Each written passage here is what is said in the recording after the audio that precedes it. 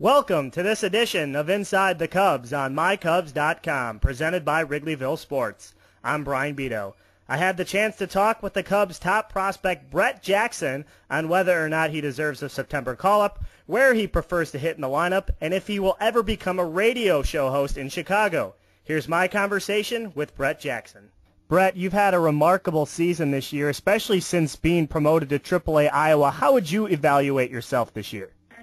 Well, Brian, I struggled off the DL coming back in early June, and it was a challenge for me to come back.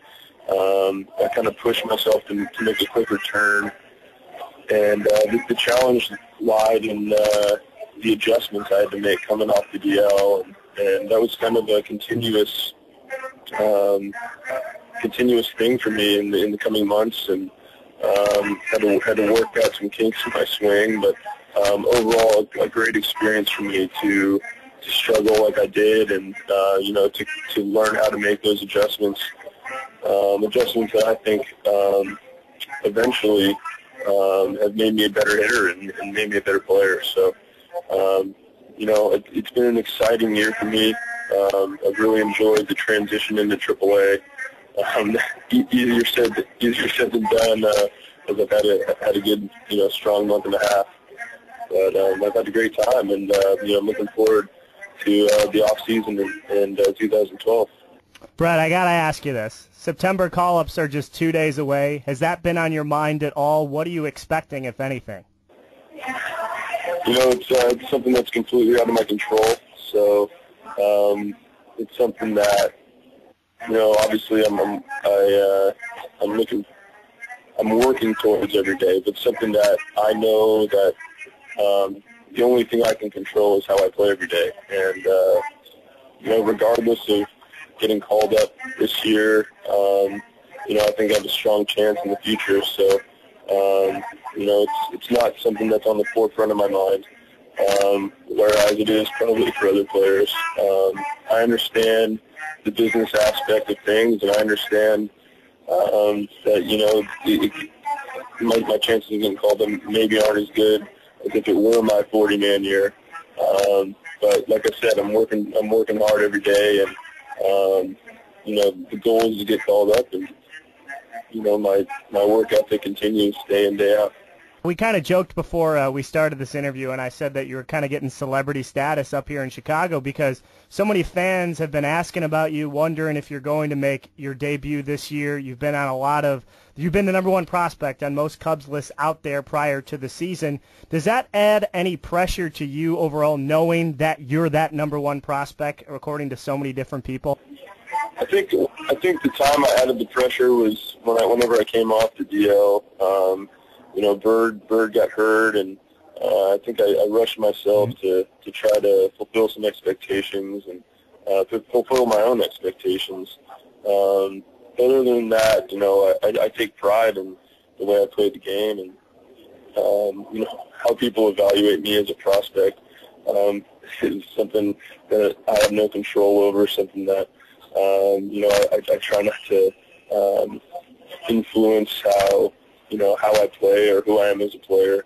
I'm certainly proud that I get those I get people speaking to me in high regard, but I'm the type of player that works hard every day, and 100th prospect or first prospect, I'm gonna play my guts out and play for the team and have a good time in doing so. So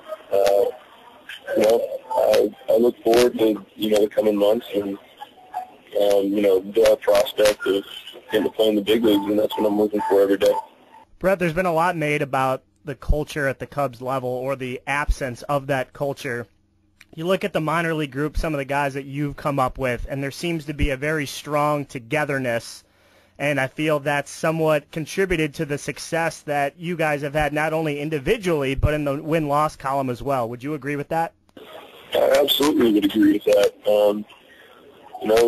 I've been fortunate to play with a lot of great players, a lot of great people, and under some great managers. I was talking to Neri Flita a couple weeks ago, and we all agree we got a job to do, and that's bring the World Series to Chicago, and that's not only being worked on at the big league level, that's been worked on in the lower levels. Everyone wants to be a part of that, and everyone wants to change the way things have been. So, there certainly is a good chemistry in every minor league team I've played for. It's made the ride fun. It's made coming to the park every day, joy, and it's important in the farm system, for player development and the kind of attitude you bring to the big leagues when you get there. So hopefully, a few of us get that opportunity to bring that attitude up to Chicago and get that opportunity to change things.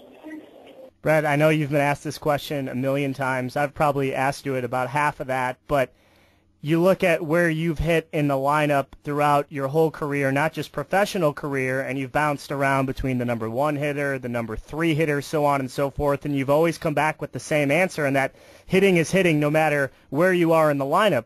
But now that you've spent the last couple of years pretty much solely in that leadoff spot, have you become more comfortable there? Well, I think there is a certain aspect of leading off that's different than the rest of the lineup. You want to be a guy that gets on base and sets the table for the big hitters. That being said, I think of myself as a big hitter too. Mm-hmm. But of course, I'll tell you that a million times. But I don't think that changes the way I swing at the ball. I don't think that changes the way I try to hit for power, or I don't try to be a sloppy hitter and just get on base. But I do take pride in my ability to get on base and score runs. I think scoring runs is the most important part of the game. And, if you get a guy at the top of your lineup that's going to score a lot of runs, then, you're in a good position to win a lot of ball games. So I've really, set into the leadoff spot, and I really enjoyed it. And, I've been there all year this year. I think maybe I have 3 games in the 3-hole, which I enjoy hitting in too. But, I've really enjoyed the transition into becoming a leadoff hitter and, working counts and, also hitting for power and drawing walks. So, it's something that I've taken as a part of myself and, made a part of the player that I am. Well, right now, Brett, the Cubs are in San Francisco, not too far where you grew up. You and your family grew up following the San Francisco Giants, and for people who are unfamiliar, you were a Will Clark guy growing up. Can you tell a little bit about that? I wasn't only a Will Clark guy. I was a Giants guy growing up, and I consider myself from the city now. I lived there in the off season. That being said, I don't root for the Giants over the Cubs. That's wrong. But I won't lie and tell you that I wasn't thinking about this weekend maybe earlier on in the season. Yesterday was my cousin's birthday. She turned 23. She's like, "Come on, are you going to be out here for my birthday?" I'm sorry. No, I'm not. But no, it's always fun. It's fun to, I watched the game last night. I enjoy watching some of my buddies playing AT&T at Park. I grew up going to as a kid, and I've been to a lot of games, and it was fun watching the Cubs beat up on the Giants last night a little bit. Well, I know that you had a relationship with Marlon Byrd in the past spring training where you guys really talked a lot. I talked with Marlon in the spring, and he said he really tried to somewhat take you under his wing. Can you elaborate on that a little bit? Yeah, no pun intended, right? Bird and wing. He is a phenomenal player with phenomenal work ethic, and being around him in the spring, it's almost viral the way he works, and the energy he plays with. Sorry if you hear the blender that's in the background right now. He, he's a veteran guy, and he carries a lot of knowledge about the game, and a lot of knowledge about playing center field and hitting, and it was something that was definitely constructive for me to be a part of in the spring, and I'm fortunate enough. I was fortunate enough to have that opportunity, and I think the world of Marlon, and I think he's a great player. You've been there a couple of times, Brett. What's your first impression of Wrigley Field? I'll probably tell you what every first fan says when they walk in there the first time, and it's unbelievable. It's baseball. It's 100% baseball, and the idea of getting to play there every day is beyond words. And, it's one of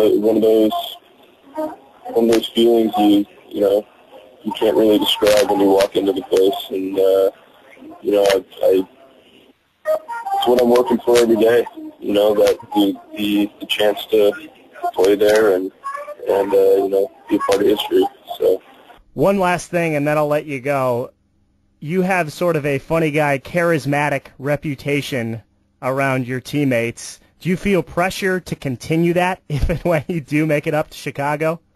Well, you caught me like, maybe an hour and a half after I woke up, so my charm isn't, hasn't fully kicked in. I'm only one coffee deep. So, catch me like 3 coffees deep. You might have a better interview. Do I feel pressure to carry that on? I mean, there's some characters up at Wrigley. I mean, Ryan Dempster's known for one. He took a pie in the face last night to Randy Wells. Marlon Bedo, we just talked about, another character. I mean, you got some guys that you really have to compete with when it comes to that. When it comes to humor, there's, I don't know if there's competition. It certainly makes the clubhouse a better place when you have some guys that know how to make some good jokes. First player that comes to mind, I don't 100% know those guys in Chicago, but right. The first player that comes to mind is Chris Robinson here in Iowa. The guy's a good feel for the fire.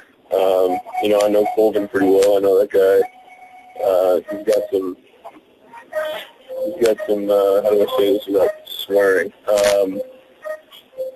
He's a sick man. Let's put it that way. But yeah, I think there's some great personalities, and I think the further up you get in the baseball world, I think you run into some really great characters. It says something about your character.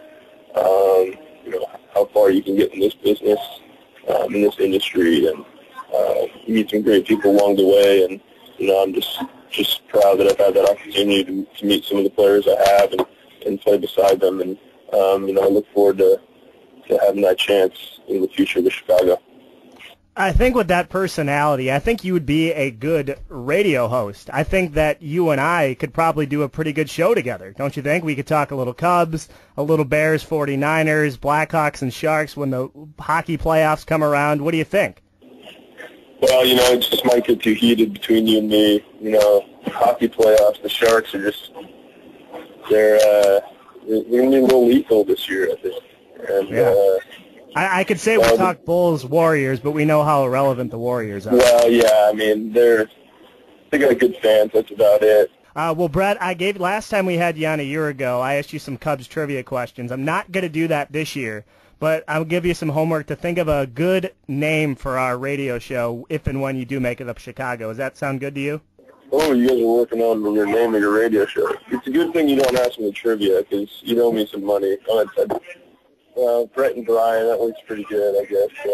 Yeah. Oh, really? It could just be my show, and you could just be the sidekick. That's what it would turn into. Yeah, I mean, I got a pretty powerful voice. It'd be pretty hard to talk over me. Not to mention my just overall knowledge of everything. We'll have to take you up on that. We'll think about it next time you're up. But Brett, thanks so much for the time. Good luck the rest of the season, regardless of where you finish it. I'll start growing out my beard for you. Thanks for listening to this edition of Inside the Cubs. Be sure to check out mycubs.com each and every day for all your Cubs needs.